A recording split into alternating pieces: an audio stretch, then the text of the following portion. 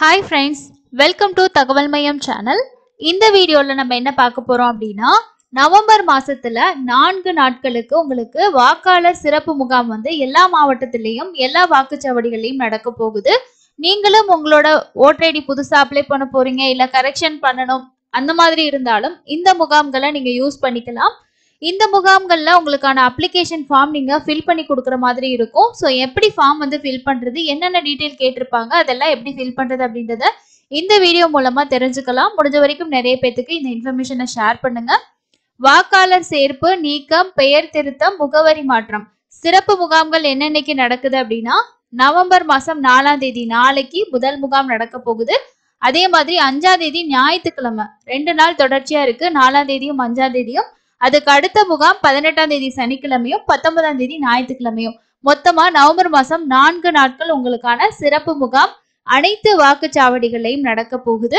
யாருக்கெல்லாம் voter ID ரிலேட்டடான services வேணுமோ இந்த முகாம்களை பயன்படுத்திக்கோங்க. புதுசா அப்ளை பண்றவங்க கூட முகாம்கள் மூலமா அப்ளை பண்ணீங்கன்னா அடுத்து உங்களுக்கான ஓட்டர் லிஸ்ட் வரும்போது உங்களோட பேர் வந்து சேர்த்துருவாங்க. கண்டிப்பா மிஸ் பண்ணாதீங்க. ஃபர்ஸ்ட் நம்ம ஃபில் பண்ண போற ஃபார்ம் என்ன அப்படின்னா ஃபார்ம் 6. இந்த ஃபார்ம் 6 வந்து யார் ஃபில் பண்ணி கொடுக்கணும் அப்படின்னா புதுசா வந்து ஓட்டர் ஐடியில பேர் சேர்க்கிறவங்க. இதுக்கு முன்னாடி ஓட்டர் ஐடியில பேர் இல்லை, புதுசா தான் அப்ளை பண்றீங்க அப்படின்றவங்க இந்த ஓட்டர் ஐடியில பேருக்கு நீங்க அப்ளை பண்ணி கொடுக்கலாம். Application form for new voters அவங்களுக்கு கொடுக்க வேண்டிய ஃபார்ம் வந்து ஃபார்ம் 6 தான். ஸோ இதெல்லாம் நம்ம என்னென்ன டீட்டெயில்ஸ் வந்து ஃபில் பண்ணணுன்றத வாங்க டீட்டெயிலா பார்க்கலாம். ஸோ இதில் அஃபிஷியல் லாங்குவேஜ் அப்படின்னு கொடுத்துருக்கிறதுல வந்து நம்ம தமிழ் வந்து ஃபில் பண்ணுற மாதிரி இருக்கும். ஏன்னா நம்ம தமிழ்நாட்டில் இருக்கனால அந்தந்த ஸ்டேட்டில் இருக்க அஃபிஷியல் லாங்குவேஜ் அப்படின்னு சொல்லி இதில் மென்ஷன் பண்ணியிருக்காங்க. ஸோ இதில் ஃபஸ்ட்டு இருக்க அசம்பிளி கான்ஸ்டியூஷன் நேமு நம்பர்லாம் தெரியல உங்களுக்கு அப்படின்னா அங்கே இருக்கக்கூடிய பூத்தில் இருக்கிறவங்களே சொல்லிடுவாங்க. அவங்க கிட்ட கேட்டு நம்ம எழுதிக்கலாம். அதுக்கு அடுத்தது பாருங்க நேம் கேட்டிருக்காங்க. ஃபர்ஸ்ட் காலம்ல நேம் கேட்டிருக்காங்க. நேம் வந்து அஃபிஷியல் லாங்குவேஜ் அப்படின்ற தமிழ்ல தான் நீங்க வந்து இந்த பாக்ஸ்ல உங்களோட நேமை ஒவ்வொரு பாக்ஸ்குள்ளேயும் ஒவ்வொரு எழுத்தா எழுதிக்கணும். First name followed by the middle name இல்லை அப்படின்னா விட்டுருங்க. அதே மாதிரி சர்நேம் இல்லைனாலும் விட்டுருங்க. உங்களோட பேர் மட்டும் எழுதிருங்க.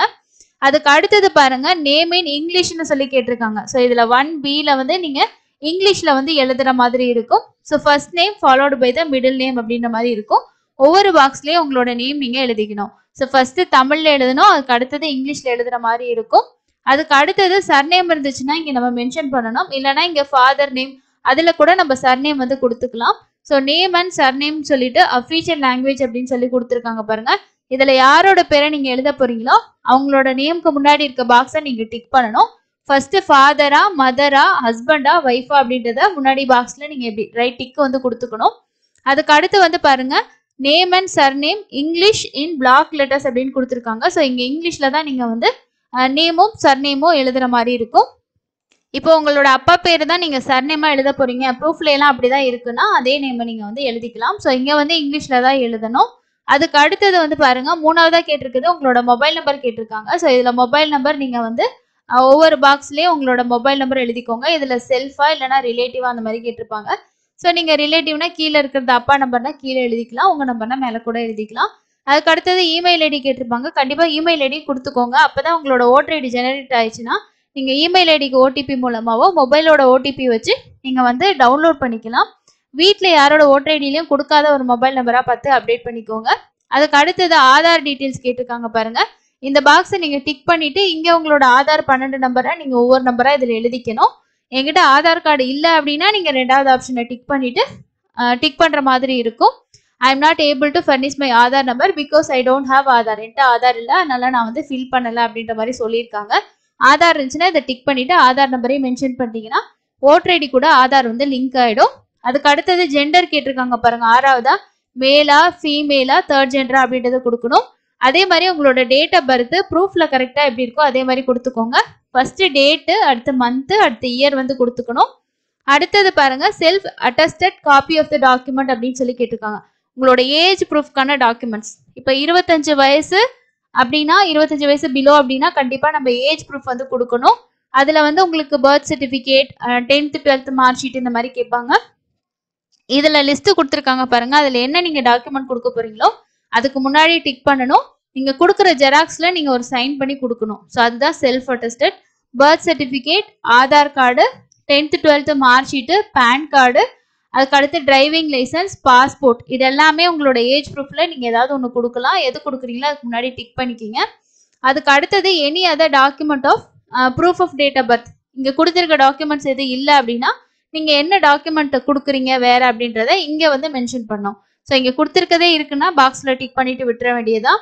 எட்டாவதா வந்து உங்களோட ப்ரெசென்ட் அட்ரஸ், நீங்க இப்போ ப்ரெசென்ட்டா எங்க இருக்கீங்களோ அந்த அட்ரஸ் வந்து ஃபில் பண்ணணும். ஃபர்ஸ்ட் உங்களோட ஹவுஸ் நம்பர் கேட்டிருக்காங்க. அதே மாதிரி ஸ்ட்ரீட் என்ன, town, post office, pincode, taluk, district, state. So இதெல்லாம் நம்ம தமிழ்ல கூட ஃபுல்லா ஃபில் பண்றேன்னா பண்ணிக்கலாம், இங்கிலீஷ்ல எழுதணும்ட்டு இல்லை. அதுக்கு அடுத்தது பாருங்க, அதுக்கு அடுத்து உங்களுக்கான அட்ரஸ் ப்ரூஃப் டாக்குமெண்ட் கேட்டிருக்காங்க. Water bill, electricity, gas connection, இதுல வந்து உங்க பேர்ல இருக்க மாதிரி இருக்கும். அட்லீஸ்ட் 1 இயர்க்குள்ள, ரொம்ப பழசா இருக்கக்கூடாது, 1 வருஷத்துக்குள்ள இருக்கதா கொடுத்துக்கலாம். கரண்ட் பாஸ்புக் வந்து நீங்க நேஷனலைஸ் பேங்க்ல அக்கௌண்ட் வச்சிருந்தீங்கன்னா உங்களோட அக்கௌண்ட் பாஸ்புக்கு கூட அட்ரஸ் ப்ரூஃபா யூஸ் பண்ணிக்கலாம். அதுக்கப்புறம் வந்து ரெஜிஸ்டர்ட் ரெண்ட் லீஸ் டீட், ஏதாவது நீங்க வந்து ரெண்டல் ஹவுஸ்ல இருக்கீங்கன்னா அதுக்கு நீங்க வந்து அக்ரிமெண்ட் போட்டிருக்கீங்கன்னா அது கூட கொடுத்துக்கலாம். இல்லைன்னா உங்களோட ஆதார் கார்டு, அதே மாதிரி இந்தியன் பாஸ்போர்ட், இதுல ஏதாவது ஒன்று நீங்க வந்து அட்ரஸ் ப்ரூஃப்க்கு வந்து கொடுத்துக்க முடியும். ஸோ அடுத்து 9வதா கேட்டிருக்கிறது வந்து பார்த்தீங்கன்னா நீங்கள் ஒரு டிசபிலிட்டி பர்சனாக இருந்தீங்கன்னா என்ன டிசபிலிட்டி அப்படின்றதும் எத்தனை பர்சன்டேஜ் அப்படின்றது ஃபில் பண்ணணும். நான் வந்து டிசபிலிட்டி இல்லைன்னா இது 9வது நீங்கள் ஃபில் பண்ண தேவையில்லை. அதுக்கப்புறம் வந்து உங்கள் ஃபேமிலியில் யாராவது ஓட்டர் ஐடி வச்சுருக்காங்கன்னா அவங்களோட டீட்டெயில்ஸ் நம்ம வந்து கொடுக்கறனா கொடுக்கலாம். இது ஆப்ஷனல் தான், கம்பல்சரி கிடையாது. அதுக்கு அடுத்தது டிக்ளரேஷன் கேட்டிருக்காங்க பாருங்க. I am citizen Indian place of my பர்த்ன்னு சொல்லிட்டு எந்த இடம், எந்த டவுனு, அதே மாதிரி district, state, I am ordinary residence at the address mention சொல்லிட்டு ஃபார்ம் 6 மென்ஷன் மந்த், எவ்வளோ நாளாக அந்த வீட்டில் இருக்கீங்க, 1 வருஷமாவா, இல்லை நான் பிறந்ததுலேருந்து அந்த வீட்டில் தான் இருக்கேன்னா ஒரு 12 வருஷம், 15 வருஷம், 20 வருஷம், அந்த மாதிரி எத்தனை வருஷமோ அதை வந்து மென்ஷன் பண்ணிக்கணும். ஸோ இது மட்டும் தான் நீங்கள் வந்து இங்கே கொடுக்குற மாதிரி இருக்கும். அப்புறம் வந்து டேட்டு, பிளேஸ் போட்டுட்டு நீங்கள் சைன் வந்து பண்ணுற மாதிரி இருக்கும். ஸோ இவ்வளோ தான் நீங்கள் ஃபில் பண்ண வேண்டிய டீட்டெயில்ஸ். அதுக்கப்புறம் இதில் இருக்க அக்னாலஜ்மெண்ட் வந்து அங்கே இருக்க பூத் லெவல் ஆஃபீஸர் இருக்காங்க இல்லையா, அவங்க வந்து ஃபில் பண்ணிவிட்டு உங்களுக்கு கிழிச்சு கொடுத்துருவாங்க. போகும்போது ஃபோட்டோ கண்டிப்பாக எடுத்துகிட்டு போங்க. ஒரு பாஸ்போர்ட் சைஸ் ஃபோட்டோவில் ஒரு 3 ஃபோட்டோ 4 ஃபோட்டோ எடுத்துகிட்டு போங்க. 2 ஃபோட்டோ கேட்டாங்கன்னா 2 கொடுத்துருங்க. இல்லை அவங்க வந்து எத்தனை கேட்குறாங்களோ நம்ம அதுக்கு அடிஷ்னலாக இருந்துச்சுன்னா உங்களுக்கு ஈஸியாக இருக்கும். ஸோ இதில் வந்து என்னென்ன ஜெராக்ஸ் நம்ம சொல்லியிருக்கோமோ அது எல்லாமே ஜெராக்ஸ் எடுத்துகிட்டு போயிருங்க, ஒரிஜினல் எடுத்துகிட்டு போயிருங்க. அதே போல் இப்போ நம்ம அடுத்ததாக பார்க்க போகிற ஃபார்ம் என்னென்னா ஃபார்ம் 8. இந்த ஃபார்ம் 8 எதுக்காக கொடுக்குறாங்க, என்ன பர்பஸ் அப்படின்னா உங்களுக்கான ஷிஃப்டிங் டு ரெசிடென்ஸ் வந்து பார்த்தீங்கன்னா கரெக்ஷன் ஆஃப் என்டர், இதில் கரெக்ஷன் பண்ணுறதுக்கு இதுதான் கொடுக்கணும். இப்போ ஒரு தொகுதியிலேருந்து இன்னொரு தொகுதிக்கு மாத்திரம், இல்லை ஒரே தொகுதிக்குள்ள அட்ரஸ் சேஞ்ச் பண்ணணும், இந்த மாதிரி என்னென்ன கரெக்ஷன்ஸ் இருக்கோ, ஓட்டர் ஐடி வந்து ரீப்ளேஸ்மெண்ட் பண்ணணும், இந்த மாதிரி எல்லா கரெக்ஷனுக்குமே இந்த ஃபார்ம் தான் நம்ம கொடுக்கணும். இதை நீங்கள் ஃபில் பண்ணும்போது உங்களோட ஓட்டர் ஐடி டீட்டெயில்ஸ் எல்லாமே நம்ம பழசு கொடுத்து ஃபில் பண்ணுற மாதிரி இருக்கும். இதில் வந்து ஃபர்ஸ்ட் வந்து பாருங்க, நேம் ஆஃப் த அப்ளிகண்ட், உங்களோட ஓட்டர் ஐடியில் பேர் எப்படி இருக்கோ அதே மாதிரி இங்கே ஃபில் பண்ணணும். உங்களோட ஓட்டர் ஐடி நம்பரை இங்கே எழுதணும். ஆதார் நம்பர்னு டிக் பண்ணிட்டு உங்களோட ஆதார் நம்பர் கொடுக்கலாம். ஆதார் இல்லைன்னா 2வது பாக்ஸை டிக் பண்ணிக்கணும். உங்களோட மொபைல் நம்பர் இதில் ஃபில் பண்ணிக்கணும். அதே மாதிரி உங்களோட இமெயில் ஐடி இங்கே கொடுத்துக்கணும். நெக்ஸ்ட் வந்து பாருங்க, சப்மிட்டிங் அப்ளிகேஷன் எதுக்காக சப்மிட் பண்ணுறீங்கன்ற ஒரு 4 ரீசன் கொடுத்துருப்பாங்க. ஒன்று வந்து நீங்கள் ரெசிடென்ஸ் வந்து ஷிஃப்ட் பண்ணுறீங்க, அதாவது ஒரு வீடு வந்து ஒரு தொகுதியிலேருந்தோ இல்லை இன்னொரு இடத்துலேருந்து நீங்கள் ஷிஃப்ட் ஆகிறீங்க அப்படின்னா அந்த டீட்டெயில்ஸ்க்காக நீங்கள் ஃபஸ்ட்டு ஷிஃப்டிங் ஆஃப் ரெசிடென்ஸ், அதே மாதிரி கரெக்ஷன் ஆஃப் என்ட்ரிஸ், ஆல்ரெடி இருக்க ஓட்டர் ஐடியில் ஏதாவது மிஸ்டேக்ஸ் இருக்குது அப்படின்னா அந்த லிஸ்ட்டை நம்ம கரெக்ஷன் பண்ணுறதுக்கான அப்ளிகேஷன் கொடுக்குறது.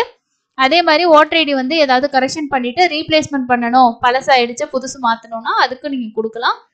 இது 4வது வந்து பார்த்தீங்கன்னா நீங்கள் டிசபிலிட்டி பர்சன் அப்படின்றத அப்டேட் பண்ணுறதுக்கான ஒரு ஆப்ஷன் கொடுத்துருக்காங்க. ஒவ்வொரு ஆப்ஷனுக்கும் ஒவ்வொரு பாக்ஸை நம்ம ஃபில் பண்ணுற மாதிரி இருக்கும். இப்போ ஃபர்ஸ்ட் ஆப்ஷன்னா அப்ளிகேஷன் ஷிஃப்டிங் ரெசிடென்ஸ் அப்படின்னா ப்ரெசென்ட்டாக எங்கே இருக்கீங்க அந்த டீட்டெயில்ஸ் நம்ம வந்து கொடுக்கணும். அதே மாதிரி அதுக்கான ப்ரூஃப் வந்து இங்கே கொடுத்துருக்காங்க பாருங்கள், அதை என்க்ளோஸ் பண்ணுறதுல நீங்கள் டிக் பண்ணணும் என்ன ப்ரூஃப் அப்படின்னு சொல்லிட்டு. இங்கே ஹவுஸ் பில்டிங் நம்பர் கேட்டிருக்காங்க, ஸ்ட்ரீட் கேட்டிருக்காங்க, வில்லேஜ், போஸ்ட் ஆஃபீஸு, பின்கோடு, அதே மாதிரி உங்களுக்கான தாலுக்கு, டிஸ்ட்ரிக்ட், ஸ்டேட்டு. ஸோ இதெல்லாம் இங்கே கொடுக்கணும். அடுத்தது வந்து பாருங்க, 2வதா நம்ம கொடுக்குற கரெக்ஷனுக்கு ஆல்ரெடி ஓட்டர் ஐடியில் இருக்க டீட்டெயில்ஸ் வந்து ஏதாவது தப்பாக இருக்குது அப்படின்னா நேமோ, ஜெண்டரோ, date of birth, age, relationship type, relationship name, address, mobile number, photo, இதில் எது மிஸ்டேக்காக இருந்தாலும் இந்த பாக்ஸை டிக் பண்ணிவிட்டு நம்ம இதோட டீட்டெயில்ஸ் ஃபில் பண்ணுறது மூலமாக கரெக்ஷன் வந்து பண்ணிக்க முடியும். ஸோ கரெக்ட் பர்டிகுலர் சென்ட் இதை பி கரெக்ட் ஆஸ் அண்டர், கீழே வந்து என்னவோ அதுக்கான டீட்டெயில்ஸ் நீங்கள் கரெக்டாக எழுதணும். அதுக்கான சப்போர்ட்டிங் டாக்குமெண்ட் என்ன அப்படின்றத மென்ஷன் பண்ண சொல்லியிருக்காங்க. அதுக்கு அடுத்து வந்து பார்த்தீங்கன்னா ரீப்ளேஸ்மெண்ட் பண்ணுறது, ஓட்டர் ஐடி மிஸ் ஆயிடுச்சு, இல்லைனா ஏதாவது மழையில் நனைஞ்சு வீணாயிடுச்சு, அந்த மாதிரி இருக்கும்போது நம்ம வந்து புதுசாக ஓட்டர் ஐடி வந்து ரீப்ளேஸ்மெண்ட் வேணும்னா இந்த பாக்ஸை டிக் பண்ணி இதை ஃபில் பண்ணணும். அதே மாதிரி 4வது வந்து நீங்க டிசபிலிட்டினா என்ன டிசபிலிட்டின்றதை அப்டேட் பண்றதுக்கு இந்த பாக்ஸ் கொடுத்துருக்காங்க. ஸோ இவ்வளோதான். இதை ஃபில் பண்ணிட்டு இந்த இடத்துல டேட்டு பிளேஸ் கொடுத்துட்டு நீங்க சைன் கொடுத்துட்டு நீங்க சப்மிட் பண்ணிட்டீங்கன்னா அவங்க அக்னாலேஜ்மெண்ட் வந்து கிழிச்சு கொடுத்துருவாங்க. இதுல நீங்க என்ன கரெக்ஷன் பண்றீங்களோ அதுக்கு ஏற்ற மாதிரி நீங்க ஃபில் பண்ணிக்கணும். ஸோ அடுத்தது வந்து நீங்க ஓட்டர் ஐடி கூட ஆதார் நம்பர் இது வரைக்கும் லிங்க் பண்ணாம இருக்கீங்க, இல்லைன்னா லிங்க் பண்ணி அப்டேட் ஆகாம இருக்கு அப்படின்னா நீங்க ஃபார்ம் 6B கொடுத்து உங்களோட ஓட்டர் ஐடி கூட ஆதார் நம்பரை லிங்க் பண்ணிக்கலாம். அதுக்கு ஃபில் பண்ற ஃபார்ம் ரொம்ப ரொம்ப சிம்பிள். இதுல உங்களோட பேர் ஓட்டர் ஐடியில இருக்க மாதிரியும் அதே மாதிரி வந்து பாத்தீங்கன்னா elected roll of name of the assembly அதிலே கொடுத்துருப்பாங்க. அதை பார்த்து நீங்க இதுல ஃபில் பண்ணிக்கிட்டு இந்த இடத்துல பர்பஸ் ஆஃப் அப்படின்னு சொல்லியிருக்கோம். I have submit following the purpose of என்னதுன்னா ஆதார் லிங்க் பண்றது. இந்த இடத்துல டிக் பண்ணிட்டு உங்களோட ஆதார் நம்பரை கொடுத்துட்டு இங்க வந்து சிக்னேச்சர் நீங்க வந்து பிளேஸ் டேட் போட்டுட்டு சைன் பண்ணீங்கன்னா வேலை முடிஞ்சுது. ஸோ இந்த ஃபார்மும் ரொம்ப சிம்பிளா நீங்க கொடுத்துக்கலாம். ஸோ அதனால நீங்க வந்து 4ஆம் தேதி 5ஆம் தேதி வர கரெக்ஷன் முகாம்களை பயன்படுத்திக்கோங்க. அப்ளிகேஷன் ஃபார்ம் அங்கேயே கொடுத்துருவாங்க, நம்ம வாங்கி ஃபில் பண்ணிக்கலாம். ஏதாவது சந்தேகங்கள் இருந்துச்சுன்னா நீங்க அங்க இருக்க பூத் லெவல் ஆஃபீஸர்கிட்ட கேட்டீங்கன்னா அவங்களே எந்த இடத்துல என்ன டீட்டெயில்ஸ் வந்து ஃபில் பண்ணணும்னு சொல்லிடுவாங்க. இதை தவிர உங்களுக்கு டவுட் இருந்தால் கேட்டு கரெக்டாக ஃபில் பண்ணி கொடுங்க. அப்ளிகேஷனில் மிஸ்டேக் பண்ணிட்டீங்கன்னா அதில் என்ன கொடுத்துருக்கோமோ அந்த மாதிரி தான் ஓட்டர் ஐடியிலையும் வரும். அதனால் முடிஞ்ச வரைக்கும் கரெக்டான தகவல் கொடுங்க. 17 வயசு ஆனவங்களும் வந்து அப்ளை பண்ணலான்னு சொல்லியிருக்காங்க. ஸோ அவங்களும் ஃபார்ம் கொடுத்தீங்கன்னா உங்களுக்கு எப்போ 18 வயசு ஆகுதோ அப்போ உங்களோட நேம் வந்து ஓட்டர் ஐடியில் ஆட் பண்ணிடுவாங்க. ஸோ கண்டிப்பாக இந்த வீடியோ உங்களுக்கு யூஸ்ஃபுல்லாக இருந்திருக்கும்னு நினைக்கிறேன். இன்னொரு பயனுள்ள பதிவில் சந்திக்கலாம். நன்றி.